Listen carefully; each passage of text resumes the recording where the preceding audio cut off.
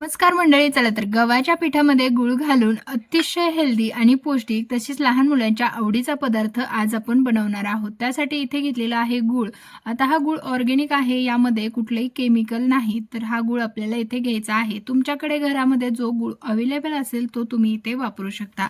आता गूळ आपल्याला चांगला बारीक असा कट करून घ्यायचा आहे. तर पहा, इथे गॅसची जर तुम्हाला बचत करायची असेल तर अशा पद्धतीने गूळ बारीक कट करून घ्यायचा आहे. हल्ली तर गॅस टाक्या भेटत नाही, तर तुम्ही ही टिप्स नक्की फॉलो करा, जेणेकरून तुमचा देखील गॅस कमी प्रमाणात जाईल. तर पहा, अशा पद्धतीने आपण बारीक असा गूळ कट करून घेतोय. याच पद्धतीने सर्व गूळ जो आहे तो आपल्याला बारीक असा कट करून घ्यायचा आहे.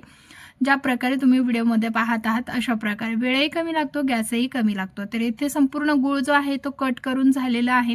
आता हा गूळ आपल्याला मोजून घ्यायचा आहे. तर पहा, इथे वाटी घेतलेली आहे. आता या वाटीने 1 वाटी इतका गूळ आपल्याला घ्यायचा आहे. आता इथे तुम्हाला वाटीचं किंवा कपचं प्रमाण ठेवायचं आहे. 1 वाटी कट केलेला गूळ घेतला, हलक्या हाताने भरून घ्यायचा, दाबून घ्यायचा नाही. त्यानंतर इथे पातेल्यामध्ये हा 1 वाटी गूळ आपण टाकून घेऊया. तसंच आता यामध्ये ज्या वाटीने आपण 1 वाटी गूळ घेतला त्याच वाटीने 1 वाटी इतकं पाणी आपल्याला यामध्ये घालून घ्यायचं आहे. म्हणजेच गूळ व पाण्याचं प्रमाण इक्वल ठेवायचं आहे. त्यानंतर आपल्याला हा गूळ जो आहे तो गॅसवरती वितळवून घ्यायचा आहे. म्हणजेच गुळाचं पाणी तयार करून घ्यायचं आहे. इथे आपल्याला कुठलाही पाक तयार करायचा नाही. फक्त आपल्याला हा गूळ विरघळवून घ्यायचा आहे. तसंच हा गुळाचा पाक तयार करायचा नाही. तर गूळ पूर्णपणे विरघळला की आपल्याला गॅस बंद करायचा आहे. तर इथे पाहू शकता, बऱ्यापैकी गूळ असा विरघळत चाललेला आहे. पण एक गुळाला छान उकळी आली ना की गूळ सगळा विरघळला जातो. आपल्याला हे सतत हलवत प्रोसेस करायची आहे, म्हणजे पटकन असा गूळ विरघळला जातो. त्यामुळे सतत हलवत पाहू शकता, अगदी 2 मिनिटांमध्येच इथे गूळ बऱ्यापैकी विरघळला गेलेला आहे. आता गुळाच्या पाण्याला छानशी उकळी आलेली आहे आणि इथे गूळ पूर्णपणे विरघळला गेलेला आहे. आता इथे आपल्याला हा गॅस बंद करायचा आहे आणि गुळाचं पाणी पूर्णपणे आपल्याला थंड करून घ्यायचं आहे. तर पहा, गूळ छान विरघळला गेला आहे. गुळाच्या पाण्याचा कलरही तुम्ही पाहू शकता. आता गुळाचं पाणी थंड होतंय तोपर्यंत इकडे लागणार आहे मिक्सरचं मोठं भांडं. आता यामध्ये आपल्याला पहा, ज्या वाटीने आपण गूळ मोजून घेतला ना त्या वाटीने पाऊण वाटी इतकं आपण इथे गव्हाचं पीठ घेतलेलं आहे. आता हे गव्हाचं पीठ जे आहे ना ते हलक्या हाताने घ्यायचं आहे. कुठेही आपल्याला हे गव्हाचं पीठ दाबून घ्यायचं नाही. त्यानंतर त्याच कपने किंवा वाटीने आपल्याला पाऊण वाटी त्या अर्ध्या वाटीच्या मध्ये इतका रवा घ्यायचा आहे, बारीक रवा घ्यायचा आहे. त्यानंतर त्याच कपने किंवा वाटीने पाव वाटी इतकं आपल्याला तेल घ्यायचं आहे. त्यानंतर थोडंसं यामध्ये मीठ घालायचं आहे आणि जर तुम्हाला तेलाचं प्रमाण तसं कळलं नाही तर पोहे खायचे 3 चमचे इतकं तेल तुम्ही इथे वापरू शकता. त्यानंतर वेलची पावडर यामध्ये पाव चमचा घालून घ्यायची. तसंच गुळाचं पाणी आता इथे बऱ्यापैकी थंड झालेलं आहे. आता यामधलं अर्धं पाणी आपल्याला इथे घालायचं आहे. आपल्याला संपूर्ण वापरायचं आहे, पण थोडं थोडं पाणी घालून आपल्याला हे पीठ जे आहे ते मिक्स करून घ्यायचं आहे, जेणेकरून गव्हाचं पीठ तसंच यामधला रवा जो आहे ना ते हे गुळाचं पाणी ऑब्झर्व करून घेईल. त्यामुळे ही प्रोसेस आपल्याला मिक्सरला फिरवून घेण्या अगोदरच करून घ्यायची आहे.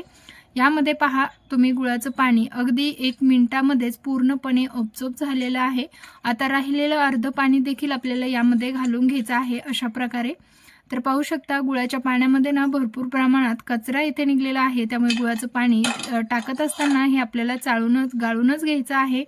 तर आता संपूर्ण इथे गुळाचं पाणी टाकून झालेलं आहे. आता यामध्ये आपण रवा, गव्हाचं पीठ तसंच यामध्ये बाकी घातलेले जिन्नस देखील व्यवस्थित अशा मिक्स करून घेऊया. म्हणजेच यामधल्या गुळाचं पाणी जे आहे ते रवा छान असं ऑब्झर्व करेल, तसंच जे गव्हाचं पीठ आहे त्यामध्ये देखील ऑब्झर्व होईल. त्यामुळे अशा पद्धतीने आपण मिक्स करून घेतलेलं आहे. आता छान मिक्स करून झाल्यानंतर हे आपल्याला मिक्सरला फिरवून घ्यायचं आहे. इथे मिक्सरला फिरवून घेतलेलं आहे आणि पाहू शकता, मस्त आपलं मिश्रण इथे तयार झालेलं आहे. तर तुम्हाला याची कन्सिस्टन्सी दाखवते. अशा स्वरूपाची आपल्याला याची कन्सिस्टन्सी ठेवायची आहे. तर रेबीम टाईप आपल्याला ठेवायचं आहे हे मिश्रण. आता परफेक्ट असं आपलं मिश्रण तयार झालेलं आहे. तर यामधल्या रव्याला किंवा गव्हाच्या पिठाला जेवढं आपलं पाणी हवं होतं तेवढं त्यांनी ऑब्झर्व केलेलं आहे. त्यामुळे आपल्याला या व्यतिरिक्त आता यामध्ये पाणी घालण्याची अजिबात आवश्यकता नाही. तसंच आपण ही टुटी फ्रुटी कालच बनवलेली आहे आणि याचा व्हिडिओ आपल्या चॅनलवरती अपलोड केलेला आहे. तिथे जाऊन याचा व्हिडिओ नक्की पहा. तर असे गोडाचे कुठलेही केक किंवा पदार्थ बनवायचे असले तर याचं खरंच खूप महत्त्वाचं काम पडतं. त्यामुळे तुम्ही घरच्या घरी कशी बनवू शकता याचा डिटेल व्हिडिओ आपल्या चॅनलवरती अपलोड आहे. तिथे जाऊन जरूर बघा. तर यामध्ये आपण थोडीशी टुटी फुटी टाकून घेतली, जेणेकरून हा केक दिसायला अतिशय सुंदर दिसतो. तसाच जेव्हा टुटी फुटी आपल्या दाताच्या खाली येते खाताना केक, तेव्हा अतिशय सुंदर असा हा केक देखील खायला लागतो. तर इकडे आपण ना पातेले ठेवले, त्यावरती ना स्टँड ठेवून झाकण ठेवून आपल्याला हे 5 ते 10 मिनिटासाठी मंद गॅसवरती प्रीहीट होण्यासाठी ठेवायचं आहे. आता आपलं पातेलं प्रीहीट होतंय तोपर्यंत आपल्याला इकडे ज्या भांड्यामध्ये स्टीममध्ये केक तयार करायचा आहे, त्या भांड्याला आपल्याला त्या साईजचा बटर पेपर इथे कट करून घ्यायचा आहे. तर इथे पहा, या पातेल्याच्या साईजचा आपण इथे बटर पेपर कट करून घेतलेला आहे. तो आपल्याला अशा पद्धतीने तळाशी लावून घ्यायचा आहे. त्यानंतर यावरती आपल्याला तेल लावून घ्यायचं आहे. तर पहा, बटर पेपर लावल्यामुळे ना केक काढणं अतिशय सोपं जातं आणि झटपट असा केक निघतो. त्यामुळे बटर पेपर जर नसेल तर तुम्ही ना थोडंसं गव्हाचं पीठ तेल लावून त्यावरती भुरभुरून घेऊ शकता, जेणेकरून तुमचा तळाला केक चिकटला जाणार नाही. तर इथे पहा, बटर पेपर लावून त्यावरती तेल लावून व्यवस्थित असं ग्रीस करून घेतलंय. तसंच साईडला पातेल्याला देखील ग्रीस करून घ्यायचं, म्हणजे साईडने देखील केक चिपकत नाही. आता आपल्याला सगळ्यात शेवटून यामध्ये 1 टेबलस्पून जी बेकिंग पावडर आहे ती घालायची आहे आणि पाव टेबलस्पून इतका खाण्याचा सोडा यामध्ये ॲड करायचा आहे. आणि ही प्रोसेस झाल्याच्या नंतर झटपट आपल्याला हा केक बेक होण्यासाठी ठेवायचा आहे. त्यामुळे यामध्ये जो बेकिंग सोडा आणि बेकिंग पावडर आहे ही सगळ्यात लास्टला घालायची आहे आणि अगदी एकसारखी आपल्याला इथे मिक्स करून घ्यायची आहे. आणि तुमचे जास्तीचे भांडे देखील इथे खरकटे होत नाहीत. तुम्ही पाहू शकता, एकाच मिक्सरच्या भांड्यामध्ये आपण ही सर्व प्रोसेस केलेली आहे.